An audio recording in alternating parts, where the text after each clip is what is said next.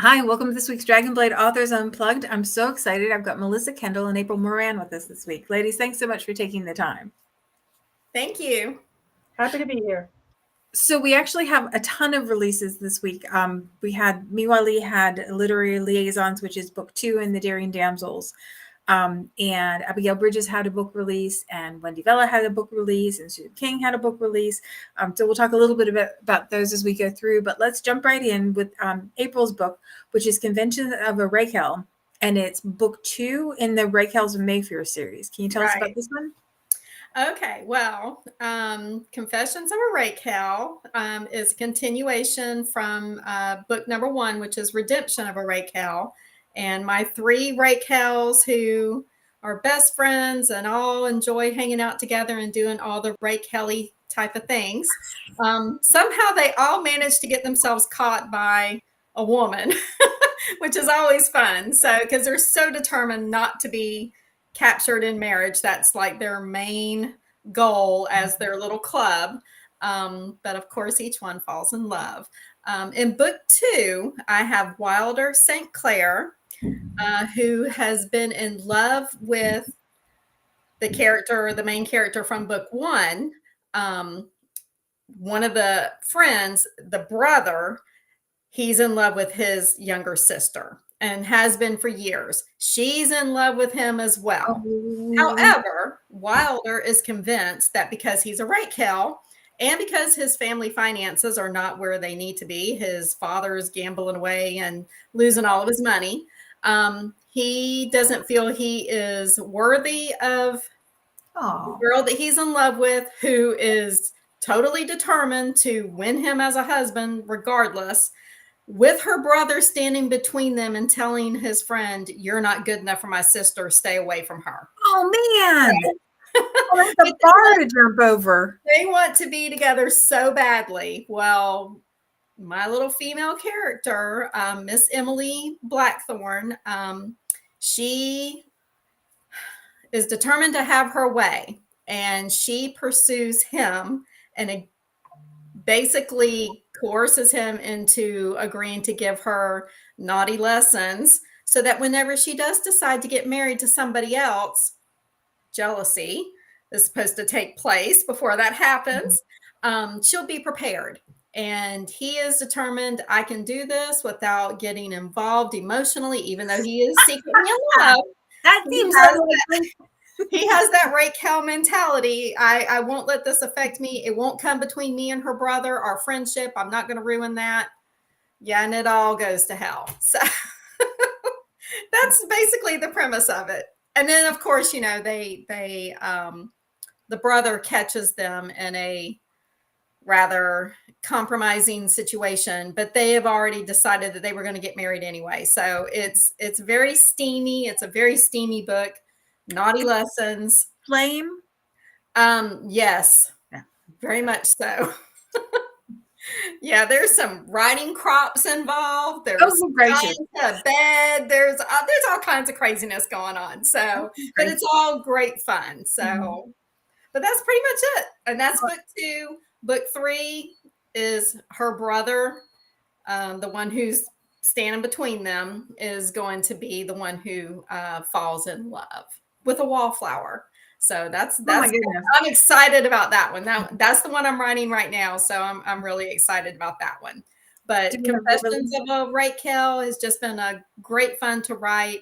Lots of fun, challenging myself to not let my main characters get too mean with each other. So I like it when they're mean to each other and then they just fall apart in love, and it's great fun. But that's pretty much it.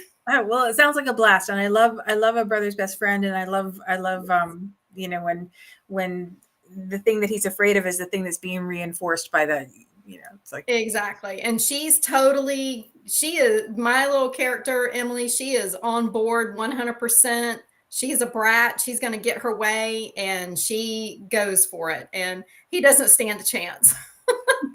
Awesome. Well, the next book that comes out this week is To Uncage a Lion, which is a Lion's Den book, obviously, and that's Abigail Bridges' book.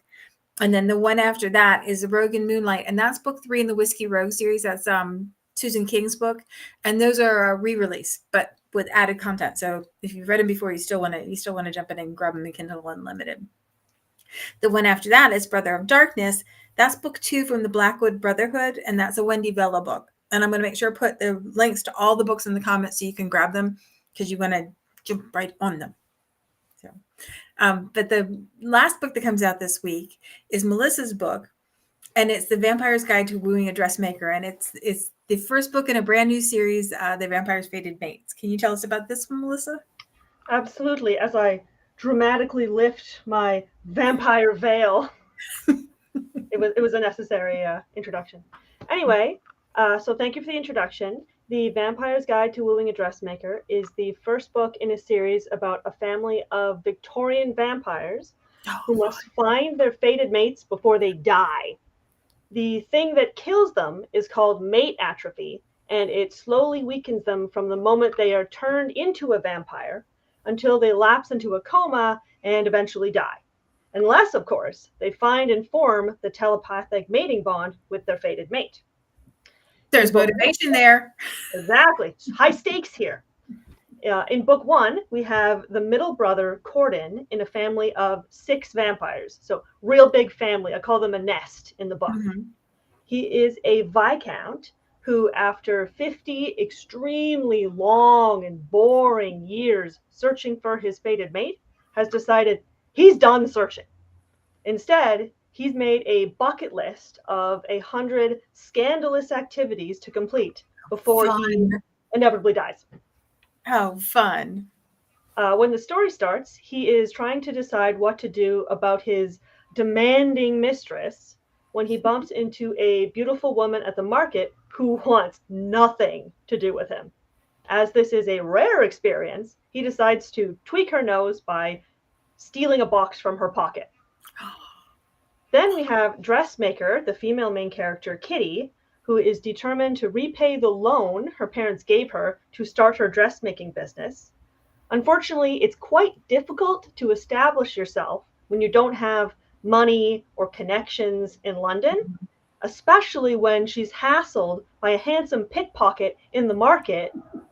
So, when she overhears someone saying that the mistress of a Viscount recently had a very public fight with her dressmaker, she realizes she can get the advantage by inviting not the woman, but the Viscount to her shop. Clever, clever. Of course, she doesn't know the man she's inviting is the same man who harassed her in the market and stole from her. And also happens to be a vampire. Exactly. She doesn't know that, though. Of course, the vampire shows up. He is loving all of this, right? He's living for excitement. He shows up at the shop and has so much fun teasing her that he eventually dumps his mistress and asks Kitty to help him complete the rest of the items on his scandalous bucket list. Although he doesn't explain why he has it, because he's not going to tell her he's a vampire, right? Not only will he pay her for each task that they complete, but he'll introduce her to potential new clients to help her business. Oh, there's all kinds of reasons to want to do this. She cannot resist this offer. She cannot resist. So yeah, very spicy book as he convinces her to engage in increasingly scandalous activities like going to a spicy masquerade and doing spicy things in a hedge maze. A lot of spicy activities, obviously, until eventually he tastes her blood during one of these spicy moments and realizes he's not interested in drinking the blood of anyone else because, of course, they're fated mates. Who knew? Who would have guessed that? Who would have seen that coming? You had me at vampire. Yeah, no, I love that. I absolutely love the setup for this one, and I'm intrigued with the idea of the mate atrophy thing. That's very cool. That's a significant motivation to find love. And so I'm assuming that we get 6 books in this series. There are 3 currently, and if I'm lucky, perhaps we will get all 6, but 3 of them for sure. That would be fantastic. 3 vampires is better than no vampires, baby. That's exactly. Yeah. So what made you decide to combine vampires with the series is Victorian, is that right? Yes. What made you, where was the inspiration from? So initially, I wanted to write a book about a countess who falls in love with her dressmaker. So she's like a notorious countess who has a dressmaker who makes clothes for her. So that is the book I started writing.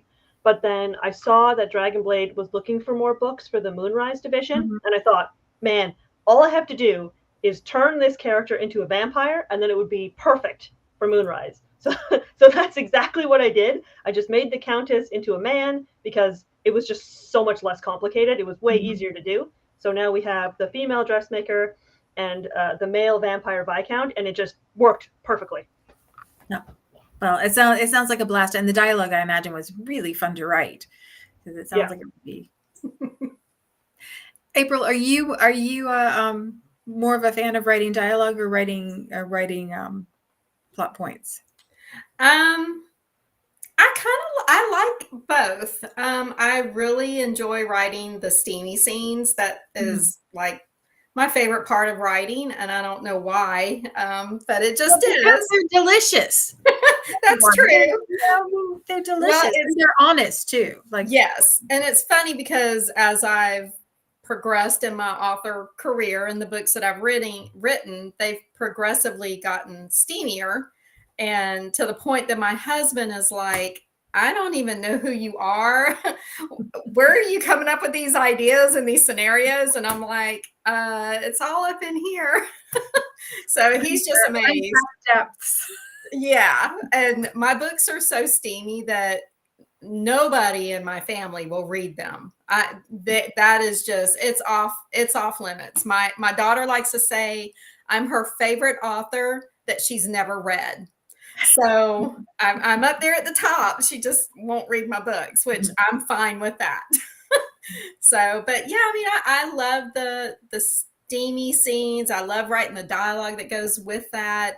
I love it whenever they have that moment where they both realize they want the same thing, and that is a future together. And I love it when the guy falls first. So he's got to be totally into it. Whenever he falls hard, and he falls all the way. So that's my favorite part of writing. Yeah, I love that. I love that, the vulnerability of that moment when they both realize this is I want this. This is yes. it. Like, this is it. For exactly. Me. Melissa, what's your favorite part of writing? What's your favorite scene? Good question. My writing process is, before I start drafting, I write scene cards.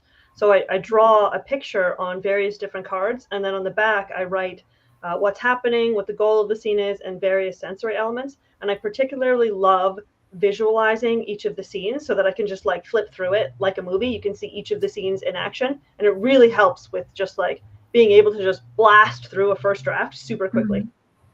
So you talked about doing scene cards. Do you use blank cards, like big cards or little cards? Or I've never heard of anybody actually doing the drawing ahead of time. And is that something you like? Do you draw otherwise, or just when you're writing? Oh, I used to draw a long time ago when I was in high school, but now it's mostly just like stick figures. And yeah, they're on like actual index cards like you'd use in school. So then you can literally just like flip through them, and you have like a stick figure movie.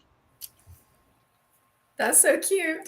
Yeah, like that sounds really interesting. And that idea of also tagging the sensory elements so that you get them, every time. I think being able to, one of the hardest parts I think for me is the starting in the beginning and not knowing who everybody is, and then you write a little bit and you get to know them as you go through the book, and it gets so much more comfortable as you go along and as you really know them. So the idea of having cues ahead of time I think would be incredibly helpful.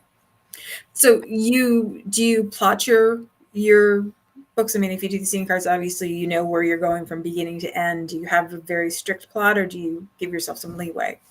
I am an intense planner, or I guess plotter is the word to say. So I always start with the two characters, which I like to have conflict, some sort of irony, some sort of dramatic irony. So like, I think I used the example before once of like someone who can fly and someone who is afraid of flying, right? So you have this conflict in how you bring these characters together. But I always start with a 25 chapter outline, and every single chapter has exactly what's happening in that scene, like 3-4 paragraphs of description. So it's almost like I have like a really rough version of the first draft before I even write the first draft. And I almost always stick to it.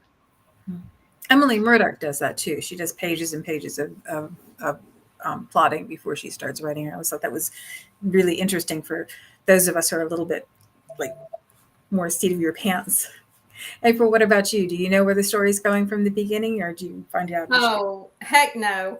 I'm just as surprised as everybody else is as to how the book is. As long as they're together, I'm okay. But I have never really been a plotter, except I used to be a wedding planner for beach weddings. I owned my own company, and I planned beach weddings, did the photography, the setup, and that was planned, plotted, orchestrated down to the minute, this last second.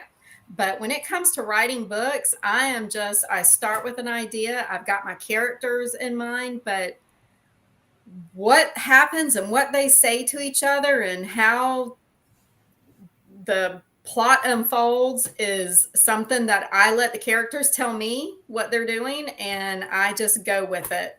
So it makes for very interesting writing moments when I'm like, uh-oh, I think I've written myself into a corner here. I got to get out of that. Yeah, I was going to ask about that, whether you find yourself making it for yourself by circling into places. And that has happened a couple of times. So, but normally, I mean, I have it in my head what I want to happen, but as to sitting down and plotting out what happens in each chapter and each, act, I don't really do that. I let my characters tell me what to do and where to go. So, and I just write down what they tell me. It's like the voices in my head.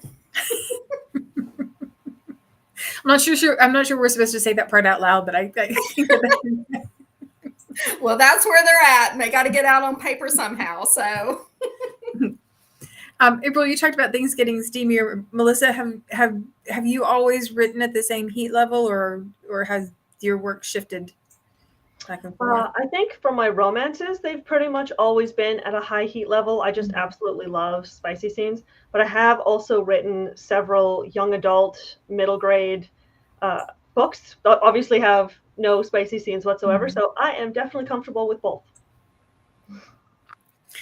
Do you find when you're doing the plotting, do you I know one of the things that I like about the steamy scenes is when they really move the plot forward, when there's a reason for them to get together. There's like you're pushing the vulnerability, or you're pushing the commitment, you're pushing something with the steamy scenes. Do you find do you pace those as you go through the book, or does that pacing happen naturally? I like to think that I do, but at the same time, I would say if I'm going to be a seat of my pants writer for anything, it's going to be the spicy scenes. And those are the ones that I'm more likely to write just at the end or at the very beginning. So I am super in awe of people who can write spicy scenes that truly move the plot forward and show the vulnerability. I like to think that I'm good at it, but probably compared to a lot of historical romance authors, I'm nowhere near as good, because that is quite a skill. Awesome.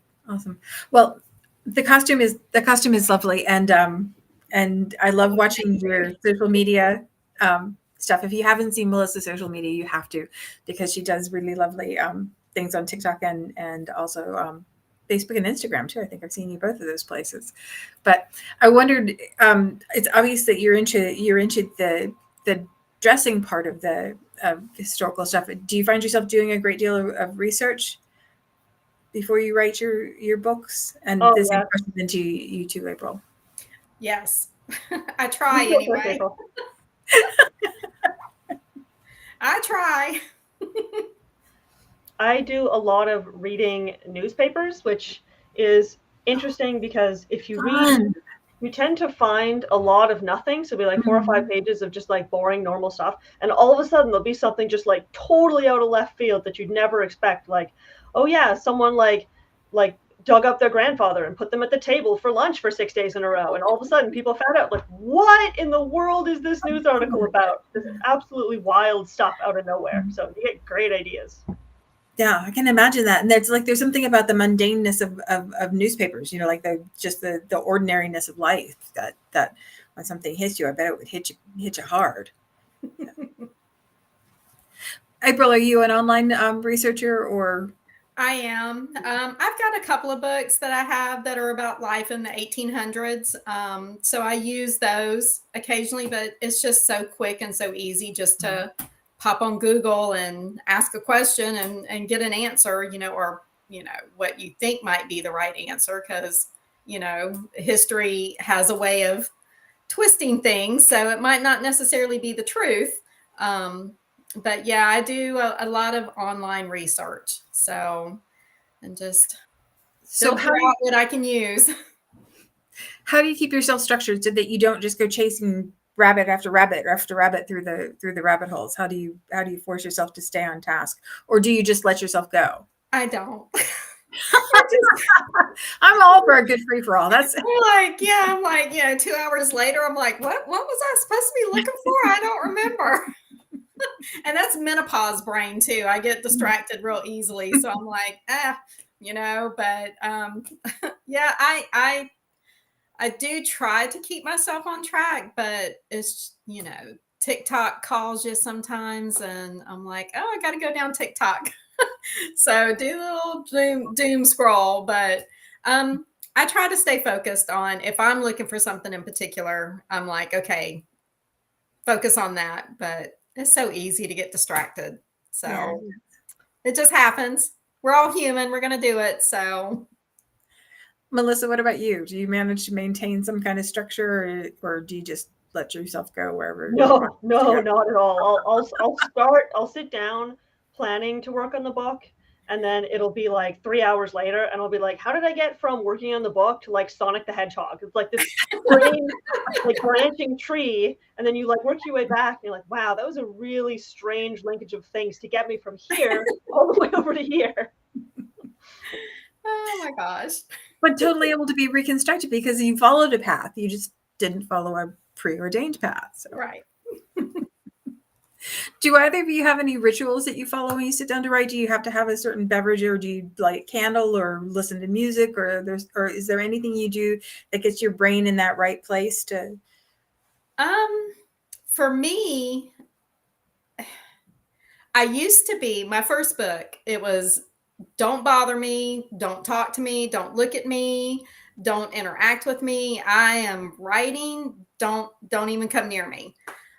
But I've evolved, and I can write with a room full of people, and I can just sit down, open up my laptop, and I tune everybody out and just, do my little thing.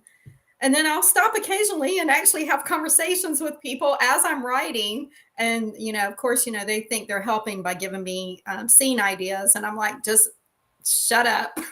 I don't need your help when it comes to that. But yeah. Yeah. I just do my thing wherever I feel like. So it just works. It's interesting, like how it shifts from nobody else can be breathing in the house at the same time. Yes. I can write here in the middle of the busy place. Exactly. What about you, Melissa? Do you have anything that you have to do before you start? I pretty much write exactly where I'm sitting now with, so it's like shifting from my day job to writing. It's just like switching out the laptop. I always listen to like a Phantom of the Opera soundtrack, so musicals. Oh, nice. Musicals, so I have my earbuds. And then usually it's the first thing in the morning as soon as I wake up, and then I go until my husband comes in and says, okay, it's time for our walk. And then we go out and we walk 5 kilometers around the lake, and then we come, like, it drags me away from the computer. Otherwise I'd be here and I wouldn't go to work. Then I come back, and then I have to, okay, we've done the walk. I can't go back into writing. Now it's shift to work time. So like I need that division. Yeah, but what a lovely ritual that, and also like writing is such a sedentary lifestyle thing that if you've been doing it for any period of time, having that built-in practice of moving your body somehow through the day is a really important thing. Exactly. Yeah. Awesome. Do you aim for word counts, or do you write by chapters, or do you have a certain goal structure that you do when you're writing the book and a way to balance? Melissa, for you, a day job. I don't know. April, do you have a day job as well? I don't. I just do this. I watch my grandson twice a week. So on Tuesdays and Thursdays, there's no writing getting done on those days. It is nonstop. I mean, he's a year old, so I'm like, oh my goodness. Yeah, it's you have all the cute ages to come. That's constant movement. So from starting at 6:30 in the morning when he gets here until 4 o'clock in the afternoon when he's gone. And then when he goes home, I'm exhausted. I'm like brain dead. And I'm like, I can't even spell my own name. And I know it'll get better. I think. I'm not really sure about that. So he's our first grandbaby. So that's been an experience. But yeah, I try whenever I do have my writing time, I try to have a word count and I try to stick to that word count. And if I'm writing until 11 or 12 o'clock at night, I'm trying to hit that word count for that day. So, and it may be spread out, but I do try to hit it, except for Tuesdays and Thursdays. You have to give yourself grace on those days. Yes, so. Yes. And he's so much fun to watch too. Oh, I can bet. Oh my God. You have all the cute ages and you get to read all the books again. Yes. That's been fun. Yeah, I can imagine. Melissa, what about you? Do you write to word count or do you write chapters or scenes? I write to a word count, but I have a weird process where before I start, I put out a spreadsheet that's got every single day my word count target for that day based on if it's a weekday or if there's a long weekend or everything. So I can see the entirety of when I'm supposed to get to the end. And I generally do each day the absolute minimum of what I'm certain I can achieve. And I almost always beat it. So then I can shave Dave's off the end. And eventually I shave it all the way up. It's just that's fun. That's awesome. Yeah, I love that. I love that idea of like being able to like it's like playing that game you play with the Garmin or whatever like thing on your car, and it tells you you're going to get there at a certain amount of time, and if you drive a little bit faster, you get there faster. No, I love that. Playing beat the Garmin with your word count. It's like so much fun. Well, ladies, I really appreciate you taking the time to talk to us this week. It was lovely to learn about your books. I'd love that you can read as steamy as you want to in Dragonblade. You know, that if you're a Sweet Dreams person, then there's plenty of books to read. But if you're a Flame person, we have spice for you. Yes, we do. So I will make sure I put the links to Melissa's book and April's book along with all the other books that released this week so you can grab them. I'm going to say my used car salesman spiel because it's true. Dragonblade books are the best deal. Right when they are right, the second they go on pre-order, you want to grab them. Don't wait. Get it right now. Don't because you know you'll forget. You know you're going to put it in your head and you're going to forget. So when you see it, get it. If for some reason you don't get it, you can always read on Kindle Unlimited, which is my favorite way to read right now because I don't even have to think about it. I just that looks good. I want that one. Just do it. Yeah. Awesome, ladies. Thanks so much for taking the time to talk to us. I really do appreciate it. Thank you.